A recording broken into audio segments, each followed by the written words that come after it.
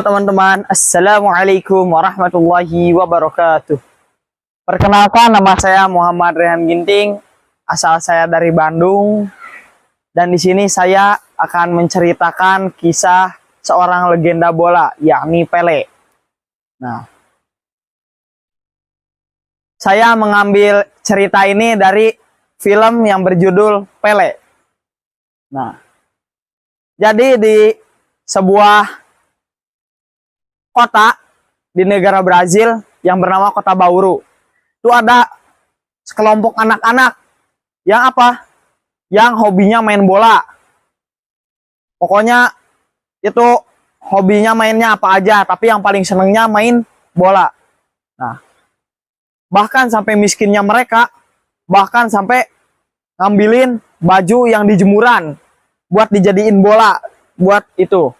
Nah, terus habis itu mereka pun main bola, dan ada salah seorang anak yang bernama Diko. Nah, Diko ini pulang ke rumah dan dimarahi ibunya karena itulah bermain bola. Kenapa ibunya memarahi Diko? Karena apa? Karena dulu juga bapaknya adalah seorang pemain bola profesional Brazil. Tapi apa? Tapi bapaknya cedera kaki yang sangat parah sehingga tidak dimainkan. Sangat lama sekali, sehingga pensiun duluan. Nah, setelah itu, pokoknya ibunya gak mau lah Diko ini main bola, takut kayak bapaknya nanti. Nah, terus Diko pun ke sekolah. Nah, habis pulang dari sekolah tuh, ngebantuin ibunya lah ke ini, ke majikan, akan ibunya jadi pembantu gitu. Nah, di saat Diko ingin ngelapin benda lah gitu, anak majikannya ini yang bernama Jose Altavini ini tiba-tiba ngeliat lah, bukan ngeliat, kayak berbicara tentang pertandingan sepak bola di kota itu, di Kota Bauru. Nah, lalu Diko juga ingin ikutan, tiba-tiba nyambung ini, aku ingin jadi Pele. Nah, pas ngomong Pele, langsung diketawain sama si Altavini dan kawan-kawannya yang lain. Hahaha, nama kok bagus banget Pele ya. Oh, udah mah kamu kecil, hitam lagi. Nah, itu kan gak terima, dan akhirnya demi membuktikan bahwasanya dia ini bukan kaleng-kaleng, dia pun mengikuti turnamen bola itu. Nah, dengan ini mengajak teman-temannya yang biasa bermain. Dia pun membuat kostum seadanya dengan memakai kain milik temannya lah untuk jadikan seragam, terus di belakang punggungnya itu diberi nama mereka. Nah, setelah itu mereka sering ditertawakan karena apa? Main sepak bola tapi kok gak pakai sepatu. Nah, mereka ini sering ditertawakan oleh penonton maupun lawan. Tapi walaupun seperti itu, skill mereka ini bukan kaleng-kaleng. Apa? Pertandingan demi pertandingan mereka lewati. Dan akhirnya yang lain pun ini ingin sekali punya sepatu biar gak ditertawain terus. Lalu ada temannya Diko ini berinisiatif untuk maling kacang. Nah, maling kacang sekarung tuh, bareng-bareng semuanya. Nah, terus kacangnya itu dijualin sekresek-sekresek gitulah. Nah, setelah laga finalnya ini melawan timnya si Jose, si Altavini. Nah, setelah itu mereka pun pada pakai kaos kaki dan pakai sepatu. Nah, pakai kaos kaki dan sepatu, tapi sepatunya itu ukuran orang dewasa, sehingga mereka mainnya juga tak karuan. Tanpa formasi, tanpa apa-apalah. Bollywood sendiri. Nah, setelah itu mereka kesusahan bermain sehingga timnya Altavini di babak awal saja sudah dapat 6 skor. Nah, di babak kedua akhirnya Diko yang sangat frustasi lah, akhirnya nyopot sepatunya. Nyopot, copot, dan akhirnya bermain dengan gayanya sendiri. Menggocek pemain-pemain lawan, hingga akhirnya peluit akhir dibunyikan. Pertanda pertandingan sudah beres, tapi timnya Diko ini hanya bisa mencetak 5 gol saja. Nah, walaupun seperti itu, yang disoroti oleh penonton, dan itu ada seorang legenda Los Santos, klub Los Santos, itu menyoroti Pele yang mainnya sangat bagus sekali. Nah, sehingga seusai pertandingan, legenda klub Los Santos ini memberikan kartu namanya kepada bapaknya Pele. Nah, terus setelah itu mereka pun pulang lagi setelah beres pertandingan itu. Nah, mereka pulang, kemudian mereka nih pulang lewat hutan lah gitu. Nah, lewat hutan sambil biasa main bola. Nah, hutan itu tuh melewati sungai. Nah, di saat sungai itu ada hewan atau apalah, pokoknya temennya tiba-tiba kesusahan, tenggelam gitu. Tiba-tiba untung aja ada seorang bapak-bapak yang nolongin, tapi tidak keburu nyawanya mati duluan, nyawa si teman Pelenya ini. Nah, kemudian setelah itu pulang lagi ke rumahnya dan sama ibunya dimarahin. Kamu ini ngapain main bola sampai ikutan turnamen gitu? Gak penting, nanti kamu cedera lagi, nanti kamu sakit. Jangan kayak gitu. Nah, setelah itu Pele pun menjadi teteg lah hatinya, agar udahlah, saya mah gak mau main bola lagi. Nah, setelah itu dia pun lebih sering membantu bapaknya membersihkan WC di rumah sakit. Nah, saat jam istirahat, bapaknya sering sekali menunjukkan skillnya. Dengan, kan di belakang rumah sakit itu tuh ada pohon mangga. Nah, pohon mangga itu yang matang dia ambil untuk juggling, sedangkan yang masih mentahnya dia untuk nyuting bola lah, untuk menendang ke target. Nah, lama-lama bapaknya semakin menggoda, walaupun Pele masih tidak ingin melihatnya. Dan sampai akhirnya saat tendangan bapaknya akurat, nyampe lah rada jauh ke tong sampah, Pele mulai tergiur. Dan akhirnya dia pun melatih skillnya. Set, pakai mangga yang matang tuh. Walaupun masih bucat-bucatan mangganya, tapi dia terus berlatih. Sehingga beberapa tahun pun berselang. Nah, si Pelenya kemudian semakin sukalah ke bola. Sampai ibunya juga ngeliatin. Oh, ternyata emang anak saya tuh bakatnya di bola tuh sampai jago pisan kayak gitu.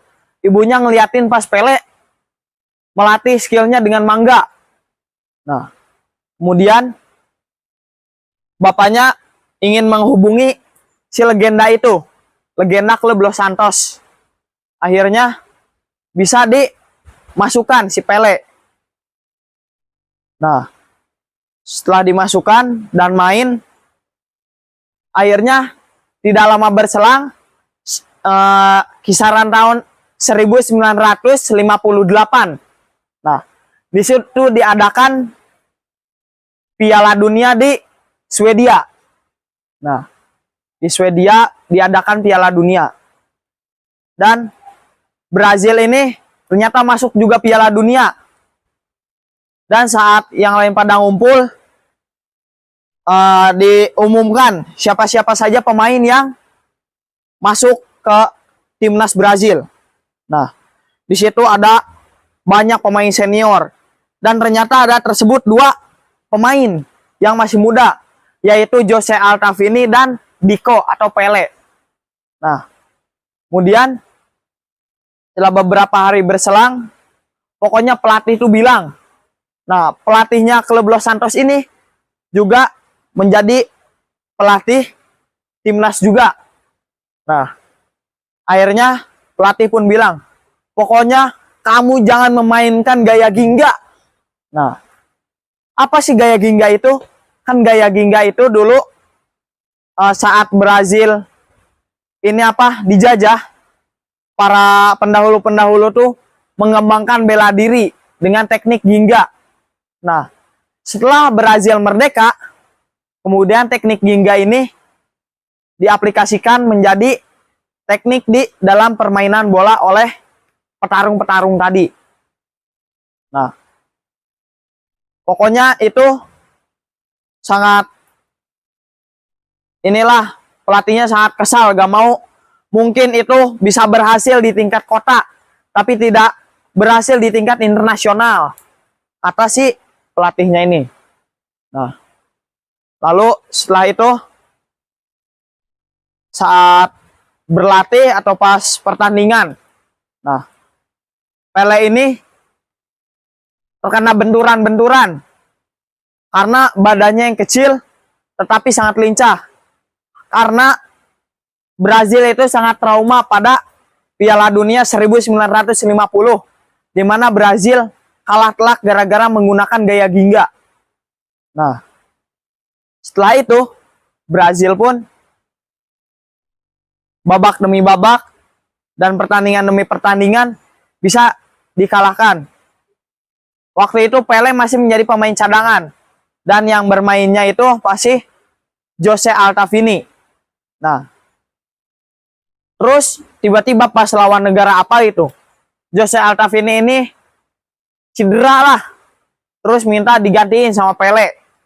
Nah, Pele ini makin lama makin gak enak lah, kok jadi kayak gini main di tingkat internasional tuh, deg-degan itu. Nah, terus Pele pas makin frustasi, Pele mendatangi Altavini. Altavini, kalau kamu kondisinya membaik, mending kamu aja yang main sana. Tapi kata si Altavini-nya, sok Pele, biar kamu aja yang main sampai tuntas. Nah, akhirnya saat semifinal, Pele pun atau Brazil berhasil mengalahkan negara tersebut, sehingga menuju babak final dan melawan kandang itu, negara kandangnya yaitu Swedia.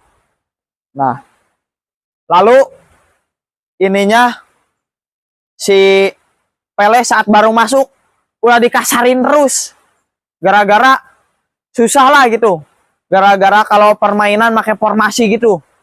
Nah, akhirnya Pele pun lelah. Nah, sebelum pertandingan final ini, si pelatih timnasnya ini bilang, pokoknya ini menerapkan formasi yang kayak gini, yang membuat pemain sangat pusing. Nah, dan terus satu hari sebelum pertandingan, Pele dan kawan-kawannya pun dibilang sama pelatihnya, kalian udahlah, gak apa-apa, main pakai trik kalian sendiri, apapun hasilnya, yang penting kita udah berusaha gitu. Nah, kemudian saat menuju ke itu babak ke-1 lah, saat final. Nah, si Pele ini kesusahan. Karena apa? Karena badannya yang kecil dan sering ditekelin sama pemain Swedia. Nah, ditekelin terus sama pemain Swedia. Terus lama-kelamaan, alah, saya gak mau lagi main formasi, mending saya main pakai teknik Gingga aja.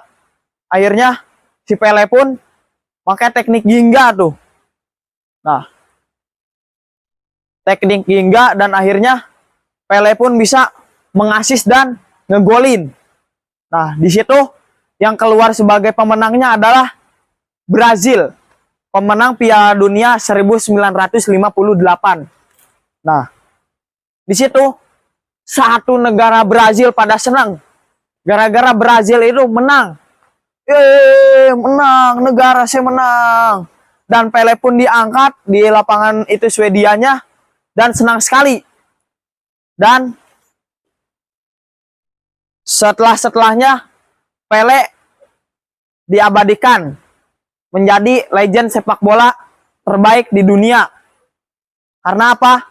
Karena Pele adalah satu-satunya orang yang bisa memenangkan 3 Piala Dunia untuk Brazil. Nah, apa hikmah yang bisa diambil dari kisahnya Pele ini?